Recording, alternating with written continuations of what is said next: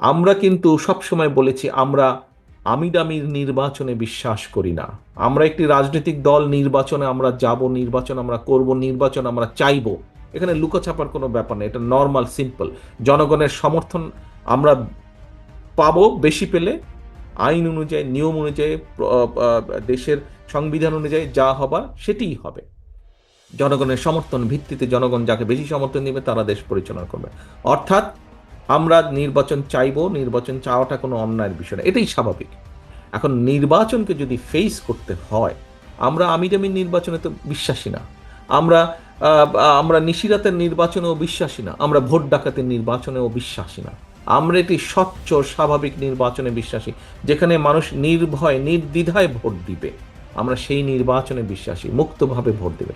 এখন সহকর্মীবৃন্দ, মানুষ যখন নির্বাচনে ভোট দিবে নির্দ্বিধায় নির্ভয় ভোট দিবে, নির্ভয় ভোট দিবে। আমাদের একজন সহকর্মী এখানে সংবাদপত্রের স্বাধীনতা নিয়ে কথা বলেছেন। আপনি চাইছেন যে আমাদের কি পদক্ষেপ, কি পরিকল্পনা সংবাদপত্রের স্বাধীনতা নিশ্চিত করা। আমাদের তো একই সাথে পরিকল্পনা আছে যে কোনো মূল্যে এই দেশের মানুষের ভোটের অধিকারকে রক্ষা করা, ভোটের অধিকারকে রক্ষা করা। বাক স্বাধীনতা যেমন হচ্ছে ভোটের অধিকারকে রক্ষা করা। কাজেই মানুষ যখন ভোটের অধিকার রক্ষা করবেন, মানুষ তখন নির্দ্বিধায় ভোট দিবে।